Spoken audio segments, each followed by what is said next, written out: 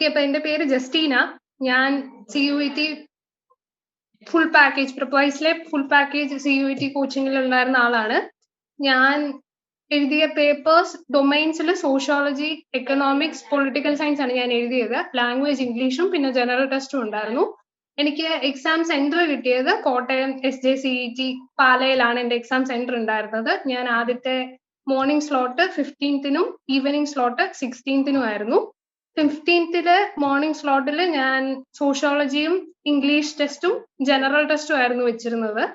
അതില് sociology and English എളുപ്പമായിരുന്നു, simple exams ആയിരുന്നു. സോഷ്യോളജിയിൽ മോസ്റ്റ് ഓഫ് എല്ലാം ഡയറക്റ്റ് ക്വസ്റ്റ്യൻസ് ആയിരുന്നു. അതില് പ്രപ്വൈസിന്റെ തന്നെ വാല്യൂ ആഡഡ് നോട്ട് ഒരു വട്ടം റെഫർ ചെയ്ത ആളാണെങ്കിലും പിന്നെ +1 +2 പഠിച്ച ഓർമ്മയുണ്ടെങ്കിലും ഈസി ആയിട്ട് അറ്റൻഡ് ചെയ്യാൻ പറ്റാവുന്നതേ ഉണ്ടായിരുന്നുള്ളൂ. ഇംഗ്ലീഷിലും മോസ്റ്റ് ഓഫ് എല്ലാം ഡയറക്റ്റ് ക്വസ്റ്റ്യൻസ് തന്നെ ആയിരുന്നു. പാസേജ് വായിച്ചിട്ട് അതിൽ നിന്നുള്ള ചോദ്യങ്ങളായാലും ഡയറക്റ്റ് ക്വസ്റ്റ്യൻസ് ആയിരുന്നു മോസ്റ്റ് ഓഫ് എല്ലാം. ഫെമിലിയർ ആയ വാക്കുകൾ തന്നിട്ട് അതിന് സെയിം മീനിങ് വരുന്ന വാക്കുകൾ ഓപ്ഷൻസിൽ നിന്ന് കണ്ടുപിടിക്കുക എന്നുള്ള ക്വസ്റ്റ്യൻസ് ഒക്കെ ആയിരുന്നു കുറെയൊക്കെ. ഞാൻ പേഴ്സണലി ഏറ്റവും കൂടുതൽ പേടിച്ചത് ജനറൽ ടെസ്റ്റിന് തന്നെ ആയിരുന്നു.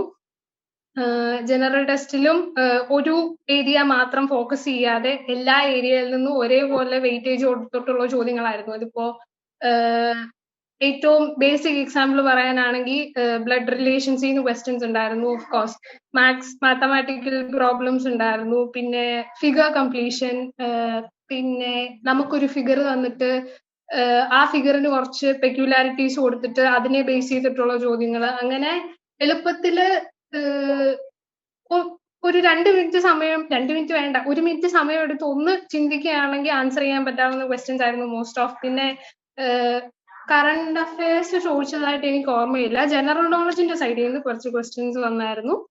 പിന്നെ ഞാൻ ഈവനിങ് സ്ലോട്ട് വെച്ചിരുന്നത് എക്കണോമിക്സും പൊളിറ്റിക്കൽ സയൻസും ആയിരുന്നു. കമ്പാരിറ്റീവ്ലി ഈ 2 ഡൊമൈൻ സബ്ജക്റ്റുകളാണ് കുറച്ചുകൂടെ പാടായിട്ട് തോന്നിയത്. പാട് ഇൻ ദ സെൻസ് ഒട്ടും പെർഫോം ചെയ്യാൻ പറ്റാത്ത രീതിയിലുള്ള പാടല്ല. കമ്പാരിറ്റീവ്ലി ആദ്യം നടന്ന 3 ടെസ്റ്റുകളെ വെച്ച് നോക്കുമ്പോൾ കമ്പാരിറ്റീവ്ലി കുറച്ചുകൂടെ പാടായിട്ട് തോന്നിയത് ഈ 2 ഡൊമൈൻ സബ്ജക്റ്റുകളാണ്. അതില് ചോദിച്ചത് NCERT ടെക്സ്റ്റ് ബുക്ക് ബേസ് ചെയ്ത് തന്നെയാണ്. എന്നാലും ചോദിച്ചപ്പോ വളരെ ഡീപ്പായിട്ടുള്ള ക്വസ്റ്റ്യൻസ് ആയിരുന്നു ചോദിച്ചത്. അതില് ഒരുപാട് ക്രോണോളജിക്കൽ ഓർഡേഴ്സ് ഉണ്ടായിരുന്നു പൊളിറ്റിക്കൽ സയൻസില്. പിന്നെ നമുക്ക് ഹെൽപ്പ് ചെയ്ത ഒരു ഫാക്ടർ എന്ന് പറയുന്നത് 50 ചോദ്യത്തില് 40 ചോദ്യം അറ്റൻഡ് ചെയ്താൽ മതിയായിരുന്നു. സോ ലൈക്ക് ആ 10 ചോദ്യം എങ്ങനെ ഫിൽട്ടർ ചെയ്യുന്നു എന്നുള്ളത് ഒരുപാട് ഹെൽപ്പ് ചെയ്തു പൊളിറ്റിക്കൽ സയൻസിന്റെ കാര്യത്തില്. എക്കണോമിക്സിന്റെ കാര്യത്തിൽ കുറച്ചുകൂടെ മാത്തമാറ്റിക്കൽ പ്രോബ്ലംസ് കുറച്ചുണ്ടായിരുന്നു, പ്രോബ്ലം സോൾവിങ് കുറച്ചുണ്ടായിരുന്നു.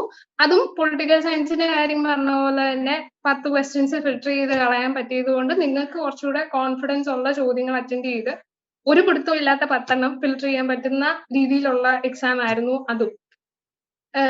പിന്നെ എക്സാം സെന്ററിനെ കുറിച്ച് പറയാനാണെങ്കിൽ ഞാൻ ചെന്നു, എനിക്ക് അത്രയ്ക്ക് കാര്യമായ റെസ്ട്രിക്ഷൻസ് ഒന്നും ഇല്ലായിരുന്നു. ആദ്യത്തെ ദിവസം ചെന്നു, ഫ്രിസ്കിങ് ഉണ്ടായിരുന്നു. അത് കഴിഞ്ഞിട്ട് എന്റെ ഡോക്യുമെന്റ്സ് ഒക്കെ വെരിഫൈ ചെയ്തു. ഹോളിൽ ചെല്ലുന്ന സമയത്ത് നമ്മുടെ ഒരു നമ്പർ വെച്ചിട്ടുള്ള ഒരു ലാപ്പില് നമ്മുടെ ഫോട്ടോയും ബാക്കിയുള്ള ഡീറ്റെയിൽസും ആയിട്ട് ഓൾറെഡി സെറ്റ് ആയിരിക്കും. സെക്കൻഡ് ഡേയിൽ വീണ്ടും കുറച്ചുകൂടെ സ്ട്രിക്റ്റ് ആയിരുന്നു. ലൈക്ക് ഫ്രിസ്കിങ് ഒക്കെ കുറച്ചുകൂടെ സ്ട്രിക്റ്റ് ആയിരുന്നു. നമ്മുടെ പെൻ ആൻഡ് അഡ്മിറ്റ് കാർഡ് അല്ലാതെ വേറൊന്നും, ആധാർ കാർഡും പിന്നെ എക്സ്ട്രാ ഒരു ഫോട്ടോയും അല്ലാതെ വേറെ ഒരു കാര്യങ്ങളും അവർ അലോ ചെയ്തില്ല. ഈവൻ എന്റെ ആധാർ കാർഡ് ഇട്ടിരുന്ന പ്ലാസ്റ്റിക് കവർ പോലും അവർ അലോ ചെയ്തില്ല. സോ സെക്കൻഡ് ഡേ കമ്പാരിറ്റീവ്ലി കുറച്ചുകൂടെ സ്ട്രിക്റ്റ് ആയിരുന്നു.